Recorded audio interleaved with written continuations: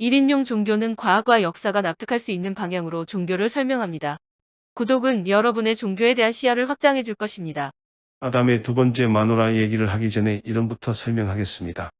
성경에 나오는 아담의 마누라 하와는 히브리어입니다.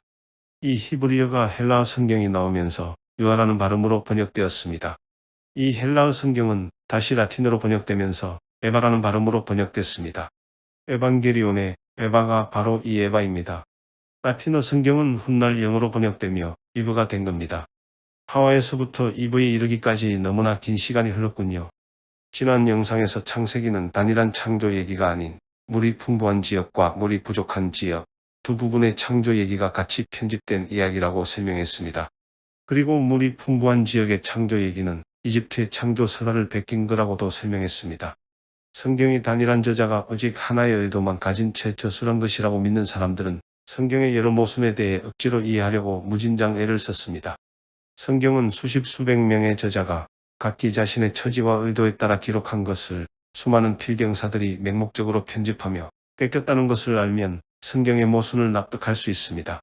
하지만 이 사실을 부정하는 사람들에게 성경의 모순은 억지로 상상력을 집어넣어 해석해야 하는 영역에 이르렀습니다. 이브가 아담의 두 번째 마누라라고 생각한 사람들이 이런 부류에 속합니다. 창세기 1장 27절에는 신이 남자와 여자를 창조했다고 기록되어 있습니다. 그런데 창세기 2장에는 남자만 홀로 존재하고 신이 이를 안타깝게 여겨 남자의 갈비뼈로 여자를 만듭니다.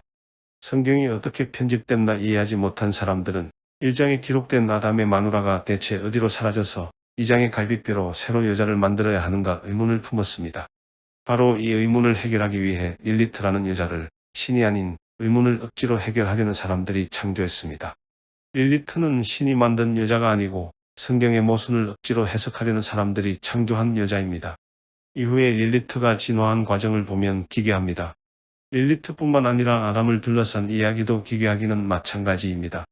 신이 왜 아담에게 두 번째 여자를 만들어줬느냐 하는 해답으로 바빌로니아 탈무드는 창세기 2장 19절과 20절에 아담이 동물들에게 이름을 붙여주는 장면을 아담이 동물 암컷들과 수관하려는 시도를 보고 신이 아담에게 여자를 만들어줬다는 무지막지한 상상력을 발휘합니다.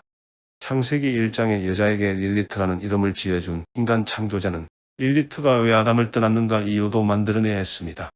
그래서 생각해낸 게 성교의 체위였습니다. 아담이 항상 릴리트 위에서 섹스하려고 하자 릴리트는 자기가 위에 올라가고 싶다고 고집을 부렸고 아담이 이를 거부하자 릴리트가 아담과 에덴 동산을 떠났다는 것입니다. 릴리트를 만든 인간 창조자는 정상 위에 환장한 사람일까요? 릴리트는 여기서 더 나아가 남자에게 몽정을 유발하는 여자 악마 서큐버스로 진화합니다. 릴리트는 여기서 멈추지 않습니다. 페미니스트는 아담에게 수동적인 자세를 취하지 않고 적극적으로 자기 의견을 개진했다는 이유로 릴리트를 최초의 페미니스트로 신격화합니다. 이런 릴리트가 너무나 매력적으로 보였는지 디아블로라는 게임에서 메인 캐릭터로 등장하기까지 합니다. 최초의 여자 이브에 대한 호기심은 과학으로까지 번집니다. 세포는 생명 유지를 위해 에너지가 필요합니다. 그런데 모든 에너지를 다 이용할 수 있는 게 아니라서 여러 에너지를 실제 세포가 이용할 수 있는 에너지로 변환시켜 줄 수 있는 게 바로 미토콘드리아입니다. 정자와 난자가 결합할 때 정자 꼬리에 있는 미토콘드리아는 잘려나가기 때문에 수정체에는 오직 여자의 미토콘드리아만 존재합니다. 즉 미토콘드리아를 조사해서 쭉 선조를 더듬어 올라가 보면 최초 인류의 어머니에 이르게 됩니다. 과학계는 인류의 미토콘드리아를 조사하다 보니 15만 년 전에 아프리카에 인류의 공통 엄마 모임이 있다는 걸 알아냈습니다.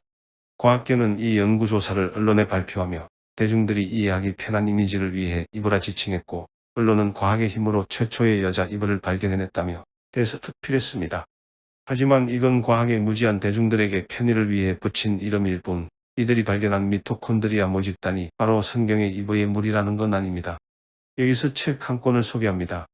문학수첩이란 출판사에서 94년도에 숨겨진 성서라는 책을 출간합니다. 이 책 내용 중에 초기 기독교 이단 종파인 그노시스파의 창조 이야기가 세상의 기원에 관하여라는 소제목으로 실려 있는데 제법 쇼킹합니다. 그노시스파의 창조 이야기에서는 진흙으로 아담을 만든 게 이브이며 흙으로 만든 아담이 살아 움직이는 걸 보고 두려움에 빠진 천사들이 이브를 겁탈합니다. 내용을 모두 소개하기엔 황망하기 때문에 정 궁금하신 분들은 도서관에서 찾아보라고 책을 소개하는 겁니다. 성경이 단일 저자가 아닌 여러 저자들이 작성한 걸 편집한 거라는 걸 깨닫는 데에는 오랜 시간이 걸렸습니다. 18세기 독일 신학자 헤닝 베른하르트 비터와 프랑스 학자 장 아스트리크는 창세기의 신을 엘로힘으로 표현한 곳도 있고 야훼라 표현한 곳도 있다는 걸 발견하고 엘로힘 학파와 야훼 학파, 두 학파의 텍스트가 결합된 것이라 보았습니다. 이후 독일 성서학자 율리우스 벨하우젠이 문서가설이란 학설을 발표해 명성을 얻었습니다. 문서가설은 모세오경이 4가지 서로 다른 텍스트를 엮어 편집한 것이라는 주장인데 지금은 문서가설도 부정당하는 입장입니다. 그냥 성경은 아주 많은 작자가 지어낸 텍스트를 통째로 편집한 작품이다 라고 생각하는 게 속 편합니다. 그리고 성경의 모수는 피병사들이 텍스트를 통째로 합쳤을 때 생겨난 것이라고 보면 됩니다. 오늘의 결론, 이분은 아담의 두 번째 마누라도 아니고 릴리트가 아담의 첫 번째 마누라인 것도 아니다. 릴리트는 성경이 고대 텍스트의 짬뽕이란 걸 모르는 사람들이 악기 모순을 해결하기 위해 지어낸 판타지일 뿐이다.